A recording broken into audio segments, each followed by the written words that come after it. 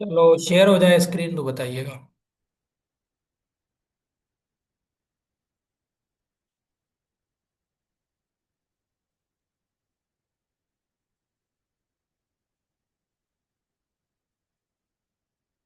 Okay.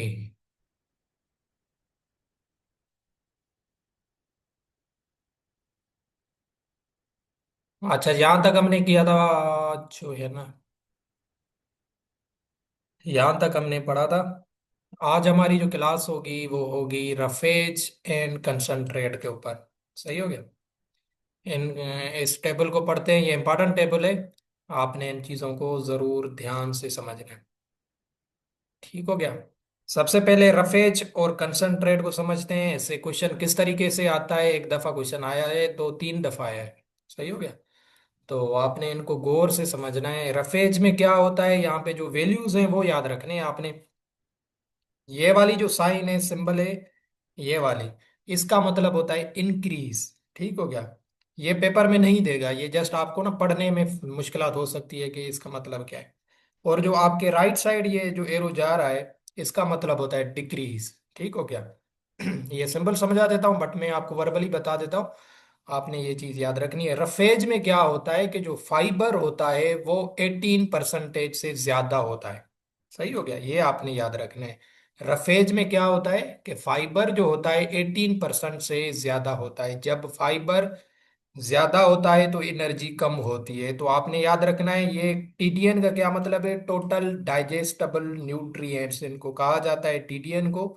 इसको किस तरीके से समझें टीडीएन को, कि जो है ना कि ओवरऑल जितनी भी फीड में न्यूट्रिएंट्स मौजूद हैं उनको टोटल डाइजेस्टेबल न्यूट्रिएंट्स कहा जाता है। ठीक हो गया। उसमें कार्बोहाइड्रेट्स भी हो सकते हैं, प्रोटीन्स भी हो सकते हैं, फैट्स भी हो सकते हैं। कुछ जितने भी ओवरऑल फीड में न्यूट्रिएंट्स डाले गए उसे टीडीएन कहा जाता है, टोटल डाइजेस्टेबल न्यूट्रिएंट्स। वो जो है ना एनिमल उनको अच्छे तरीके से डाइजेस्ट करके फिर एनर्जी ग्रोथ पर्पस के लिए यूज करता है। सही हो गया। तो आपने याद रखना है रफेज में क्या होता है, फाइबर 18% से ज्यादा होते हैं, या इस सेंस में आप इसको याद करें कि रफेज में फाइबर ज्यादा होता है। बस इतना अगर आपको पता चल गया तो और कहानी आसान हो जाएगी। जब फाइबर ज्यादा है तो दूसरी आपने यहाँ पे चीज याद रखनी है, ये सिंबल बताई जो राइट साइड पे आपके हाथ के जा रही है, इसका मतलब होता है डिक्रीज। तो 60% इसमें टीडीएन होती है, टोटल डाइजेस्टेबल न्यूट्रिएंट्स होते हैं, या इससे कम होते हैं। सही हो गया। फाइबर 18 से ज्यादा हो गए, तो जो चीज ज्यादा होगी फिर उसकी जो सेकंड चीज पेपर में पूछेगा वो डिक्रीज पूछेगा। क्या डिक्रीज होते हैं, टोटल डाइजेस्टेबल न्यूट्रिएंट्स, यहाँ वर्ड वो देता है एनर्जी। एनर्जी आपने याद रखनी है, एनर्जी रफेज की होती है लो। ठीक हो गया। यहाँ वो इस तरीके से क्वेश्चन बनाए कि 18% से ज्यादा फाइबर है और एनर्जी लो है, तो वो उसे क्या कहते हैं, तो आपने याद रखना है, उससे रफेज कहा जाता है।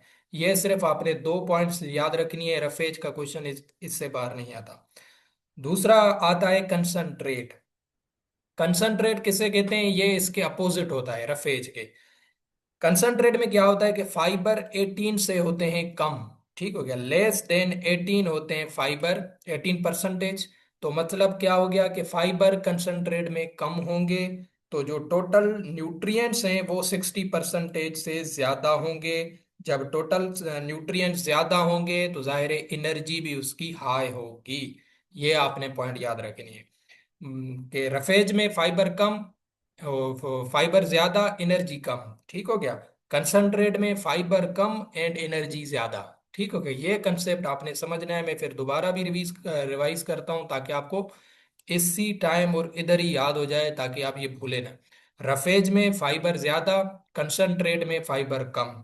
रफेज में एनर्जी कम, कंसंट्रेट में फाइबर एनर्जी ज्यादा। ये क्वेश्चन आपने जहन में बिठाना है इन दोनों का।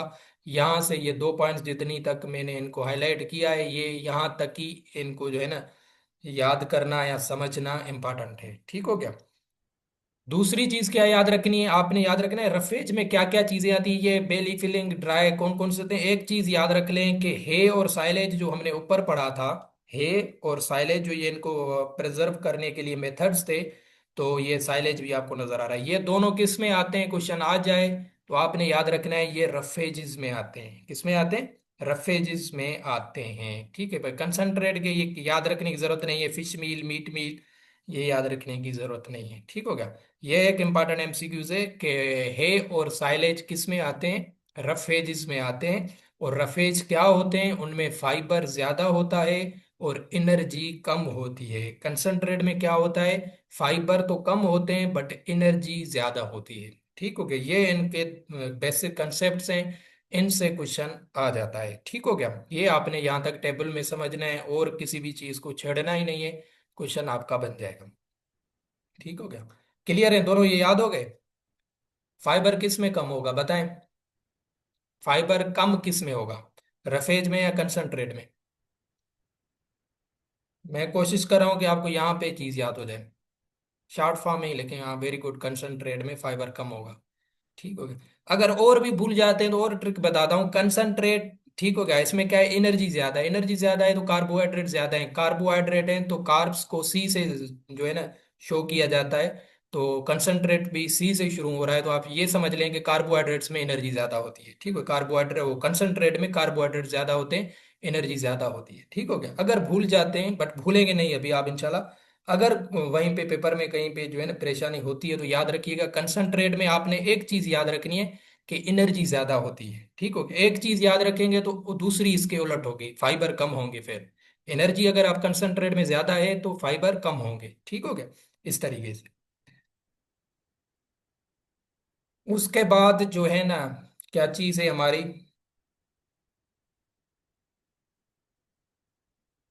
ये हैं अभी ड्राई मैटर्स, ये फीडिंग रिक्वायरमेंट्स हैं, ये पेपर में नहीं आती, पढ़ा देता हूँ, पेपर में कभी नहीं आता ये क्वेश्चन, ठीक हो गया। कि कितना जो है ना ड्राई मैटर दिया जाता है। ड्राई मैटर क्या होता है, वो फीड का पार्ट, ड्राई का मतलब आपको पता है क्या होता है, कि जब किसी चीज से वाटर रिमूव किया जाता है तो जो चीज बचती है फिर उसको ड्राई माना जाता है, ठीक हो गया। क्योंकि पानी की वजह से वो वेट होती है, तो पानी जब निकाला जाएगा, जैसे हम हे में कर रहे थे फीड्स को, तो उनका जो है ना पानी वगैरह आप देख रहे थे कि सूरज पे जो है ना उनका फोरेज वगैरह को रखा जाता था, कि उसका जो पानी वगैरह है वो खत्म हो जाए तो वो ड्राई हो जाए, ताकि उसको प्रिजर्व किया जाए, तो उसको ड्राई मैटर क्या होते हैं, वो फीड जिसमें वाटर को रिमूव किया जाए, बाकी कार्बोहाइड्रेट्स प्रोटीन फैट्स वगैरह मौजूद हो, बट उसका वाटर रिमूव किया जाता है तो उसको ड्राई मैटर कहा जाता है। तो इसकी कुछ रिक्वायरमेंट्स हैं एनिमल्स के लिए, सब के लिए, ठीक हो गया। ये ऐसे पढ़ा रहा हूँ, पेपर में नहीं आता। जेबू कैटल जो हमारे पास है, इंडिजीनियस ब्रीड्स जो भी होती हैं पाकिस्तान इंडिया बांग्लादेश यहाँ पे, उनको जेबू कैटल कहा जाता है। जो एग्जोटिक होती हैं वो बाहर वाली कैटल्स होती हैं, जो आउट ऑफ हमारे सब कॉन्टिनेंट से हैं, ठीक हो गया। तो जेबू कैटल जो हमारे पास है, इनमें क्या रिक्वायरमेंट्स है कि 2 से 2.5 kg पर 100 kg बॉडी वेट, अगर जो है ना कैटल का 100 kg वेट है तो आप उसे ड्राई मैटर खिलाएंगे डेली बेसिस पे 2 से 2.5 kg, ठीक हो गया। बफेलो एंड उसकी जो क्रॉस ब्रीड्स हैं, उनको दिया जाता है उससे थोड़ा सा ज्यादा, 2.5 से 3 kg पर 100 kg बॉडी वेट। अगर आपका जिद है कि भाई हमें ये याद रखना है तो आप ये सिर्फ दो का याद रख लें, ठीक है, अगर जिद है, वरना ये पेपर में नहीं आता, ठीक हो गया। अगर जिद है तो ये सबका याद रखने की जरूरत नहीं है, शीप, लेक्टेटिंग शीप, मीट गोट, डेयरी गोट, ये इवें लिखे हुए हैं ऐसे, ना ही कोई जो है ना आपसे वो फार्मूले या ये चीजें बना रहा है। अगर याद रखना है तो ये सिर्फ दो रखें, कि केटल में होता है 2 से 2.5 dry matter per day 100 kg weight पे, और बफेलो या जो क्रॉस ब्रीड्स हैं बाहर की, जिनसे क्रॉस करके बनाया जाता है, ब्रीडिंग की जाती है, उनमें होता है 2.5 से 3 kg, ठीक होगा, पर 100 kg बॉडी वेट पे। उसके बाद जो है ना है मेंटेनेंस राशन, इसकी 2 दफा डेफिनेशन वीओ में आ चुकी है, ये इसकी खुद सिंपल डेफिनेशन है, जो वर्ड आप देख रहे हैं मेंटेनेंस। मेंटेनेंस राशन किसे कहते हैं, इसकी डेफिनेशन मैं बता देता हूँ वर्बली, अगर आप नोट डाउन करना चाहें तो कर लें, वरना रिकॉर्डिंग में सुन के फिर कर लीजिएगा। मेंटेनेंस राशन एक कंसेप्ट बता रहा हूँ उर्दू में, बस वो आपको जहन में बैठ गया, आप आराम से स्टेटमेंट समझ जाएंगे। क्या होती है मेंटेनेंस राशन, वो अमाउंट ऑफ फीड होता है जो जो सिर्फ एनिमल को जिंदा और सेहतमंद रखने के लिए काफी होता है। उससे ना एनिमल वेट गेन करता है और ना एनिमल वेट लूज करता है, उसे कहा जाता है मेंटेनेंस राशन, ठीक हो गया। ये मेंटेनेंस राशन की डेफिनेशन है। फिर दोबारा रिपीट कर रहा हूं, कि वो राशन या वो अमाउंट ऑफ फीड जो जस्ट एनिमल को जिंदा या हेल्दी रखे, ना उससे वेट गेन हो ना उससे वेट लॉस हो, वो जस्ट ही जस्ट उसको मेंटेन करके रखे, तो उससे मेंटेनेंस राशन कहा जाता है, ठीक हो गया। ये मेंटेनेंस राशन की डेफिनेशन आती है पेपर में। तो ये आपने मेंटेनेंस राशन की डेफिनेशन याद रखनी है। फिर इसमें भी जो है ना दिए हुए हैं कि एक्स्ट्रा, एक्स्ट्रा किसे कहते हैं, ये जो वीट वगैरह होती है उसके फिर जब ये बीज वगैरह या जो ग्रेन्स होते हैं उसको निकाल के फिर जो पीछे बचता है उसे एक्स्ट्रा कहा जाता है। ये कितने देंगे, जेबू कैटल को 4 kg है, फिर बफेलो एंड क्रॉस ब्रीड्स को 4 से 6 kg दिया जाता है। कंसंट्रेट ऊपर हमने पढ़ा, जिसमें एनर्जी ज्यादा होती है, फाइबर कम होता है, और वो 1 1 kg, 1 kg जेबू कैटल को, 2 kg इसको। तो ये वैल्यूज कभी नहीं वो पूछता कि इसको हम कितना देंगे, ठीक हो गया। तो ये याद रखने की जरूरत नहीं है। बस आपको मेंटेनेंस राशन की डेफिनेशन बताई, ये आपने याद रखनी है। जो है ना इंग्लिश में वो इस तरीके से दे सकता है कि जो है ना amount of feed given to animal for just keep healthy. और यहाँ इसको इस तरीके से भी दे सकता है कि निदर गेन वेट नार जो है ना लूज वेट, इस तरीके से। तो ना वो गेट वेट जो है गेन करेगा, ना ही लूज करेगा, ठीक होगा। तो वो तब होता है जब आप उसको बैलेंस डाइट या मेंटेनेंस के लिए जो है ना राशन या जो अमाउंट आप फीड देते हैं, तो इसलिए उसको मेंटेनेंस राशन कहा जाता है, ठीक हो गया। ये आपने यहाँ तक समझना है। प्रोडक्शन राशन क्या होता है, इसकी भी डेफिनेशन कंसेप्ट समझा देता हूँ कैसे जो है ना कैसे होती है। वो अमाउंट ऑफ फीड जो आप एनिमल को दे ग्रोथ पर्पस के लिए, कि वो जो है ना या तो कोई एनिमल काम के पर्पस के लिए आप यूज कर रहे हैं या मिल्क प्रोडक्शन के लिए यूज कर रहे हैं। तो प्रोडक्शन बोला ही जाता है कि वर्क के लिए, कि कोई कोई चीज आप उससे ले रहे हैं, प्रोड्यूस कर रहे हैं, जाहिर है उसके लिए अभी उसको आपने अच्छा खासा राशन देना होगा या फीडिंग देनी होगी।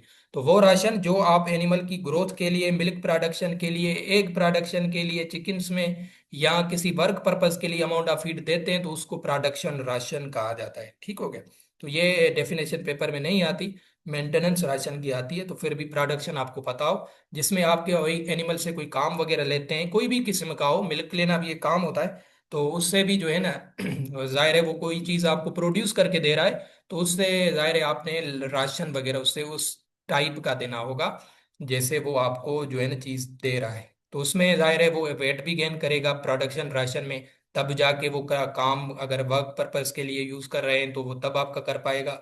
मिल्क भी जाहिर है तब देगा जब आप उसको जो है ना अच्छा राशन देंगे, जो है ना प्रोडक्शन करेंगे। तो ये होती है प्रोडक्शन राशन। गेस्टेशन राशन क्या होता है, गेस्टेशन वर्ड यूज होता है प्रेगनेंसी डे, जब एनिमल प्रेग्नेंट होता है, ठीक हो गया। गेस्टेशन किसे कहते हैं, वो टाइम जहाँ पे एनिमल प्रेग्नेंट होता है। तो प्रेगनेंसी के टाइम जिस एनिमल को जो राशन दिया जाता है उसे गेस्टेशन राशन कहा जाता है, ठीक हो गया। जाहिर है अभी लास्ट ट्राइमेस्टर है, थर्ड ट्राइमेस्टर में प्रेगनेंसी हो चुकी है, लास्ट 3 मंथ बचते हैं। ये हम नेक्स्ट चैप्टर में लाइव स्टॉक पढ़ेंगे आई थिंक। तो उससे गेस्टेशन पीरियड्स आपके क्लियर हो जाएंगे कि कौन कौन से हम याद रखने। काऊ का जैसे 9 मंथ गेस्टेशन पीरियड है, तो ट्राइमेस्टर 3 इयर्स के 3 मंथ को बोला जाता है। तो लास्ट जो 3 मंथ हैं, फॉर सपोज 6 मंथ हो चुके हैं उसकी प्रेगनेंसी को, अभी 3 मंथ बचते हैं, तो अभी उसकी डाइटिंग आपको अच्छी करनी होगी, उससे कहा जाता है गेस्टेशन राशन। तो ताकि उसका जो न्यू बॉर्न बेबी है, ग्रोथ है इनसाइड मदर, उसकी ग्रोथ अच्छी हो सके, तो उसमें भी फिर ख्याल रखा जाता है। कंसंट्रेट थोड़ी एनर्जी वगैरह ज्यादा दी जाती है जो है ना एनिमल्स को, ताकि बेबी हेल्दी निकले, ठीक हो गया। तो ये होता है गेस्टेशन राशन, जो ड्यूरिंग प्रेगनेंसी दिया जाता है या प्रेग्नेंट एनिमल को दिया जाता है। क्लियर है ये तीनों, maintenance, production and gestation ration. इनके वैल्यू याद नहीं रखने, दोबारा बता रहा हूँ। ये स्मार्ट स्टडी करवा रहा हूँ, ये खामा खा पढ़ के जो है ना दिमाग खराब हो जाएगा, बाकी फायदा कोई नहीं होगा।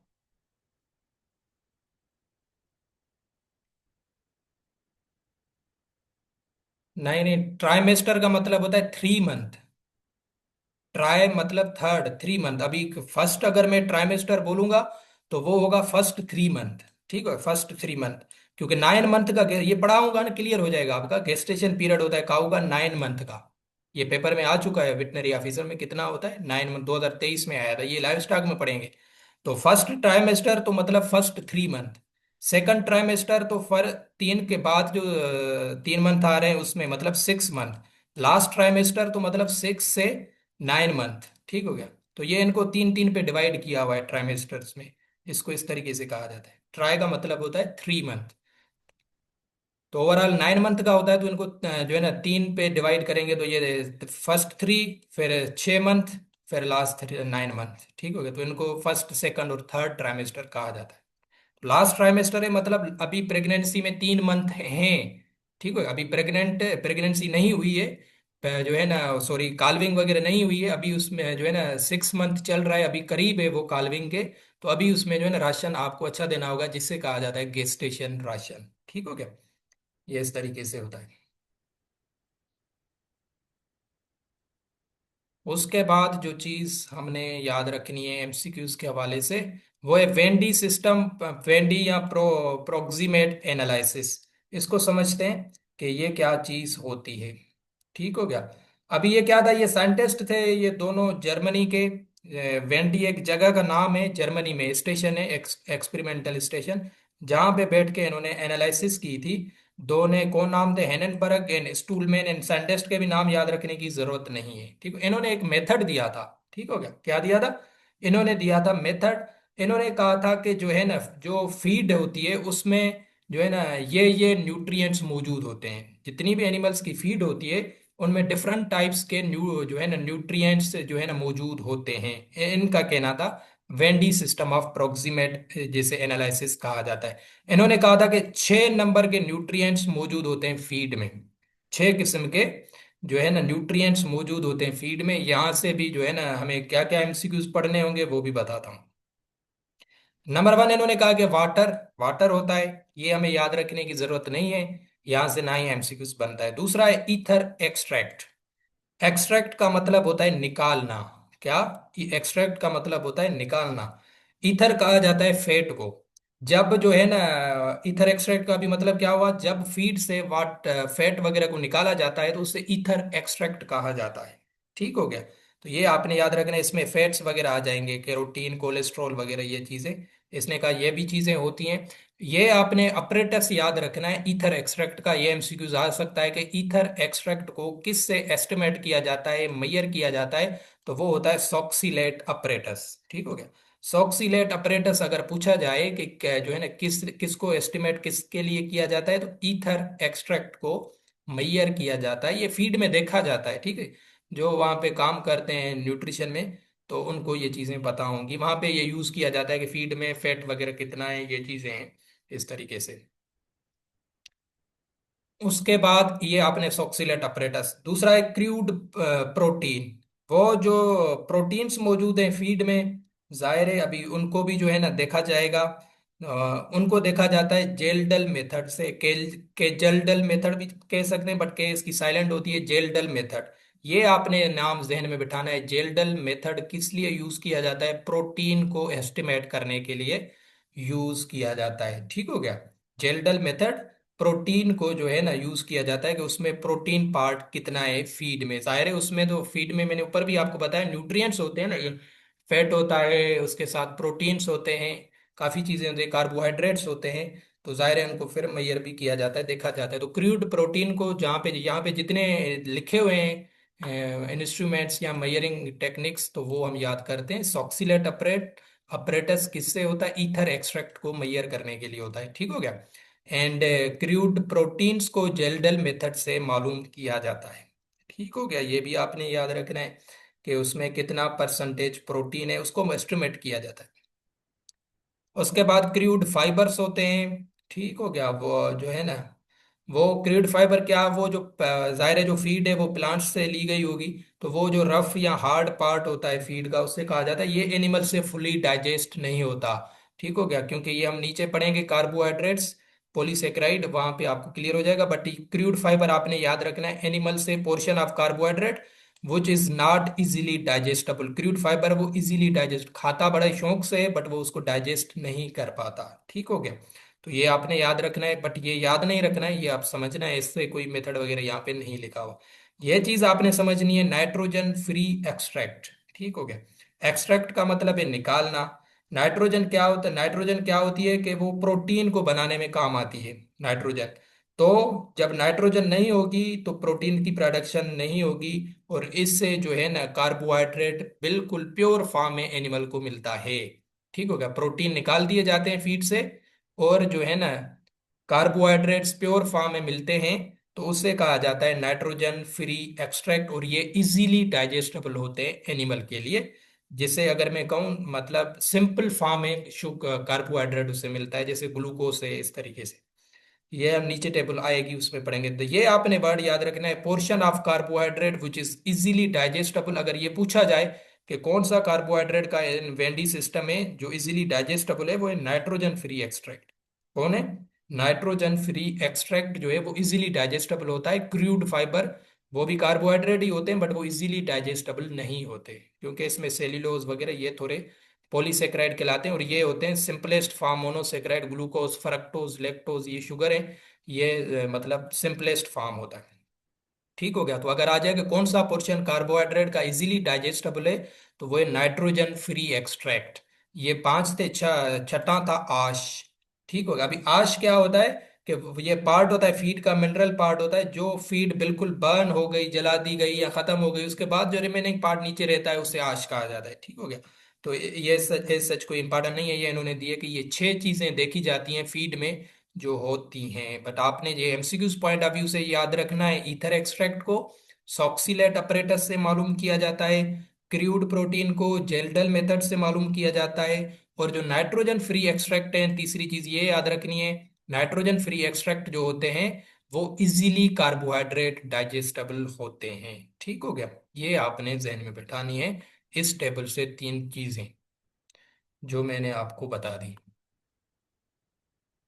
उसके बाद आपने आना है डायरेक्ट, एक यहाँ पे एमसीक्यूज है वो पढ़ते हैं। 400 से 500 ml blood is circulating throughout the udder for the production of 1 ml milk. 1 ml milk की प्रोडक्शन के लिए उडर से 400 से 500 ml ब्लड सर्कुलेट करता है। ये सेम क्वेश्चन बना हुआ है। ठीक हो गया। क्या क्वेश्चन आ सकता है? Dash dash is circulating throughout the blood for the production of 1 ml milk. आपने ऑप्शन में आपको देगा 400 से 500, 400 से 600।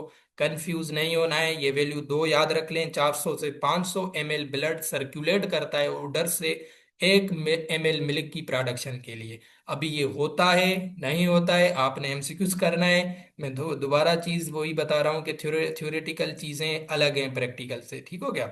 आपने ये वैल्यू याद रखना है। अभी इसमें आपने आगे पीछे वैल्यू को नहीं करना है, आपको देगा 400 से 600 भी करके देगा। ठीक हो गया। आपने याद रखना है जिसमें 400 से 500 होगा ऑप्शन में। ठीक हो गया। 400 से 500 ml ब्लड सर्कुलेट करता है उधर से 1 ml ऑफ मिल्क प्रोडक्शन के लिए। ये डायरेक्ट एमसीक्यूज है। सही हो गया, ये आपने याद रखना है। उसके बाद है काफ स्टार्टर। काफ स्टार्टर क्या होती है? ये जो है ना फीड होती है यंग काफ्स। काफ्स क्या होता है? ये यंग वन होते हैं कैटल के, काऊ के, जिनको अलग से स्पेशल फीड दी जाती है ताकि वो जो है ना आहिस्ता आहिस्ता ट्रेंड हो सॉलिड वगैरह खाने के लिए, तो उसे काफ स्टार्टर कहा जाता है। यहां से आपने सिर्फ एक चीज याद रखनी है कि ये कब दी जाती है। सेकंड वीक ऑफ एज, जब वो जो है ना दुनिया में आएगा, उसकी जो है ना बर्थ होगी, उसके 2 हफ्तों के अंदर अंदर यहाँ सेकंड वीक पे ये शुरू की जाती है। अभी फिर ये शुरू की जाती है, अगर कोई यहाँ पे प्रैक्टिकल बैठा हो वो कहे कि सही नहीं हम 3 हफ्तों के बाद देते हैं या फर्स्ट हफ्ते के बाद देते हैं, तो वो अलग बात है। ठीक हो गया। थ्योरेटिकली पेपर में आपने सेकंड वीक करना होगा, फील्ड वाला क्वेश्चन कभी नहीं करना है। ये दोबारा मैं दोबारा रिपीट कर रहा हूँ चीज। ठीक हो गया। यहाँ पे लिखा हुआ है सेकंड वीक, तो अभी आपने अंधा बिलीव करना है कि ऑप्शन जब भी आएगा आपने सेकंड वीक करना है। ठीक हो गया। कि काफ स्टार्टर कब दी जाती है, तो आपने याद रखना है सेकंड वीक ऑफ एज। उसकी जो सेकंड वीक की एज होगी उस टाइम ये स्टार्ट की जाती है। क्यों की जाती है? कि शुरू में पहले उसे कोलेस्ट्रॉम वगैरह पिलाया जाता है, तो वो इतना ट्रेंड नहीं होता। अभी जाहिर है तो वो सारा जो है ना कोलेस्ट्रॉम तो नहीं पिएगा ना सारी उम्र। तो उसको सॉलिड वगैरह खाने के लिए जो है ना आहिस्ता आहिस्ता जो है ना स्पेशल फीड दी जाती है साइड पे, ताकि वो ट्रेंड हो जाए और उसे आदत हो जाए और वो खुद खाना पीना या ग्रास वगैरह खाना शुरू हो जाए। ठीक हो गया। तो ये आपने डायरेक्ट एमसीक्यूज याद रखना है कि calf starter second week of age में शुरू की जाती है, इंट्रोड्यूस करवाई जाती है। ठीक हो गया। और ये वाला एमसीक्यूज याद रखना है 400 से 500, ये 1 ml मिल्क प्रोडक्शन के लिए यूज होता है। बाकी ये चीजें जो है ना पेपर के हवाले से काम की नहीं है, ये ऐसे इंडियन कुछ चीजें भी लिखी हुई हैं। आपने आना है कार्बोहाइड्रेट्स की क्लासिफिकेशन पे। ये जनरल साइंस के पेपर में बहुत ज्यादा एमसीक्यूज आते हैं, एवरीडे साइंस में या कोई आप वन पेपर दे रहे हैं उधर। ठीक हो गया। वेटनरी में भी हो सकता है आ जाए। एक होते हैं मोनोसेक्राइड। ठीक हो गया। दूसरे होते हैं डाइसेक्राइड, ये आपने छोटी क्लासों में पढ़े होंगे। तीसरे होते हैं पॉलीसेक्राइड। ठीक हो गया। मोनो का क्या मतलब होता है? वो सिंगल यूनिट शुगर जो होते हैं, या सिंपलेस्ट फॉर्म इसको कहा जाता है। मोनो का मतलब है सिंगल, डाई का मतलब है दो, ट्राई का मतलब है तीन, पोली का मतलब है मेनी। पोली का वर्ड जब भी लगेगा उसका मतलब होगा मेनी। ठीक है, बहुत ज्यादा, बहुत सारे। तो मोनो है मतलब यहाँ पे जो शुगर्स होंगे वो सिंगल फॉर्म में होंगे, अकेले होंगे। तो ये कोइक एनर्जी कहलाती है। इसमें आपने याद रखना है, ये ग्लूकोज, ग्लेक्टोज, फ्रक्टोज, मेनोज, तो ना ये तीन बहुत ज्यादा यूज होते हैं। ये आपने याद रखना है, ये होते हैं monosaccharide, glucose, galactose and fructose. इनसे फर्दर जो है ना टाइप्स बनते हैं, वो आपने याद रखने हैं पेपर के हवाले से। डाई का मतलब होता है टू। ठीक हो गया, टू। तो अभी आपको जो भी चीजें मिलेंगी पेयर्स में मिलेंगी। तो हम पढ़ते हैं क्यों, क्योंकि इसमें दो शुगर ज्वाइंट होते हैं आपस में। डाई का मतलब ये दो। तो सक्रोज किससे बनता है? ये एमसीक्यूज इस तरीके से आते हैं कि सक्रोज किससे बनता है? ग्लूकोज एंड फ्रक्टोज से। ये याद रखना है, फ्रक्टोज भी मोनो है, ग्लूकोज भी मोनो है, इन दोनों को मिलाएंगे तो एक हमें अलग प्रोडक्ट मिलेगी, उससे कहा जाता है सक्रोज। ठीक हो गया। दूसरा है लेक्टोज।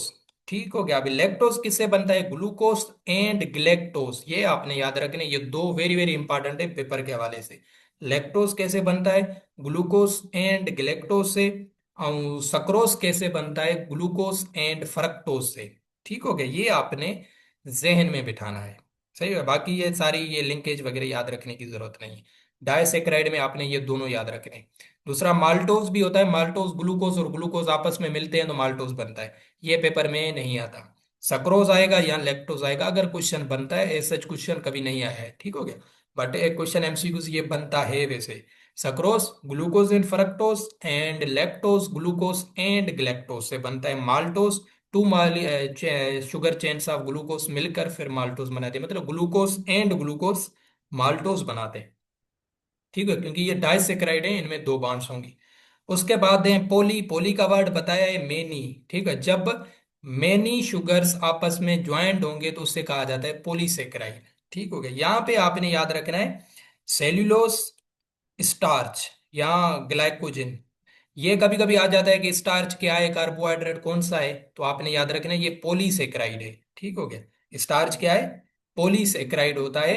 ये मोस्टली प्लांट्स में मौजूद होते हैं, तो ये आपने याद रखना है। या सेल्यूलोज पूछ ले तो ये पॉलीसेकेराइड्स होते हैं। ठीक हो गया। इसलिए ये डाइजेस्टेबल नहीं होते हैं इतने, जैसे ऊपर मैंने आपको बताया क्रूड फाइबर में।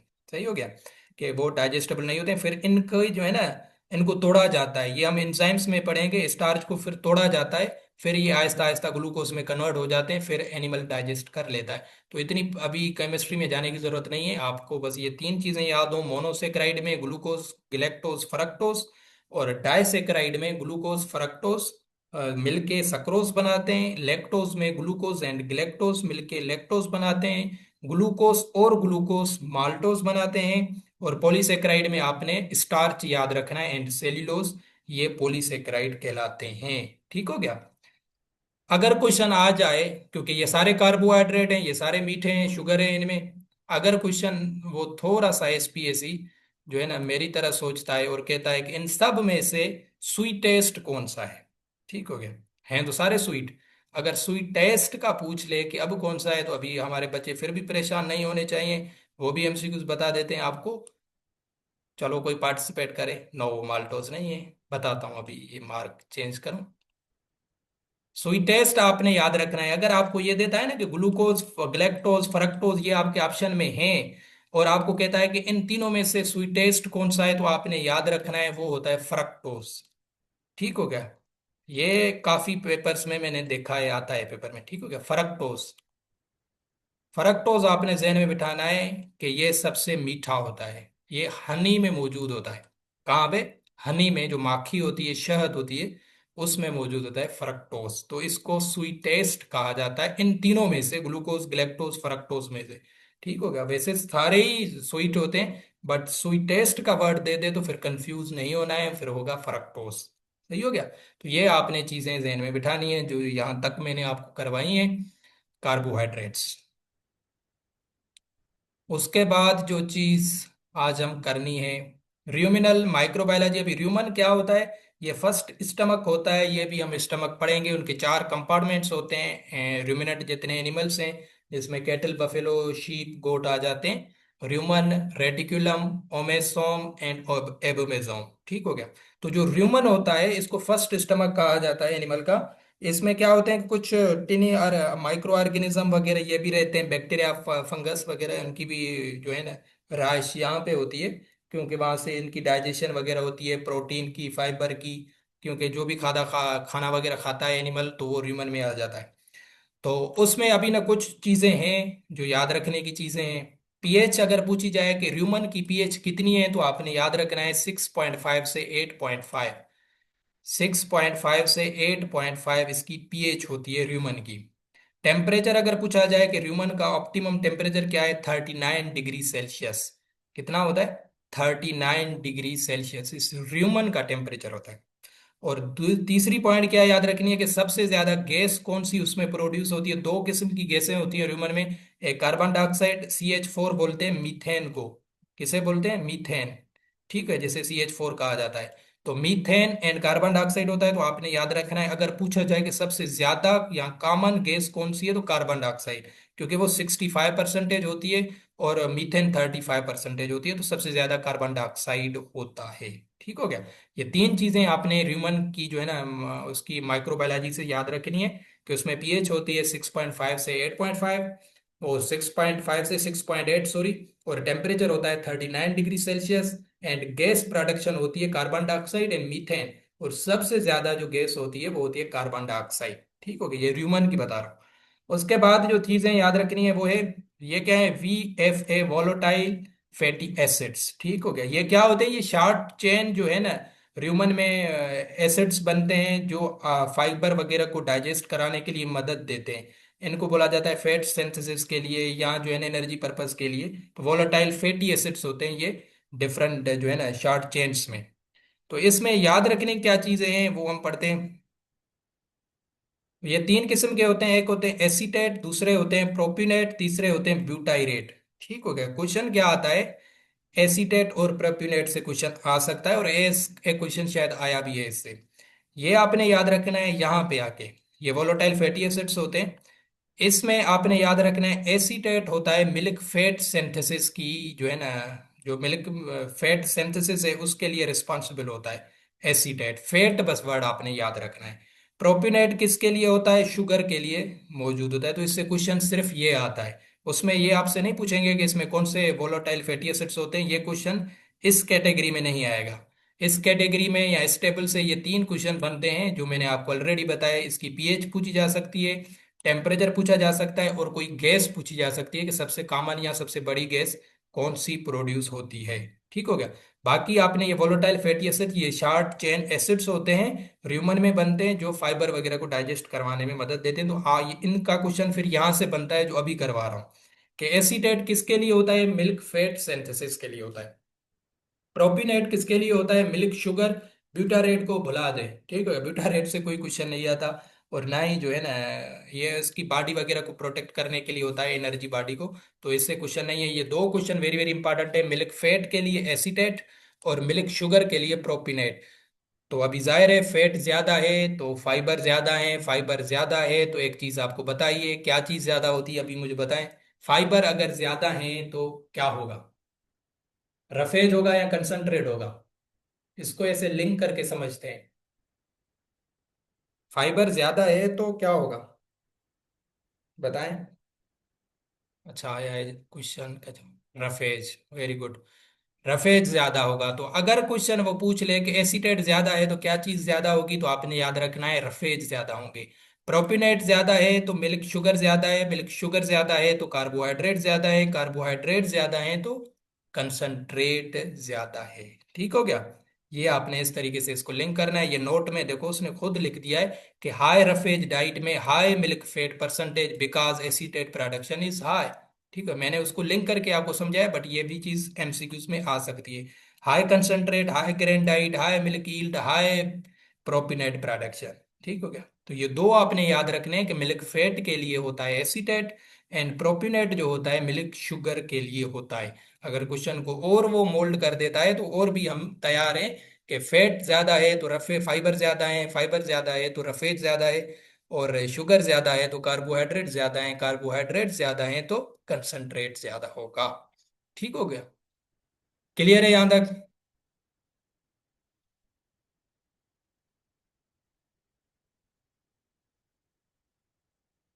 चलो वेरी गुड। सबको क्लियर है ना? ये तो काशिफ बता रहे हैं कि मुझे क्लियर है, सबको क्लियर है?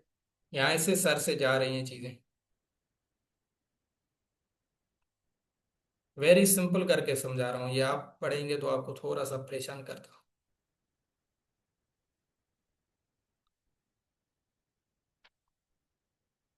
चलो वेरी गुड, सबको क्लियर है तो। अभी लेस देन 1 मिनट है, आपने लिंक को दोबारा क्लिक करना है। अभी हम चलते हैं इनके पास पेपर पे, फिर इंशाल्लाह इस्लामियात की क्लास चलाते हैं। तो हम देखते हैं कि इन सिर्फ जो हमने यहाँ तक पढ़ा है कि इस तक कौन कौन से पास पेपर में क्वेश्चन आए हैं। ठीक हो गया? यहाँ तक जितना हमने कंसेप्ट पढ़ा है। तीनों पेपर देखते हैं, 23 का, 20 का, 18 का।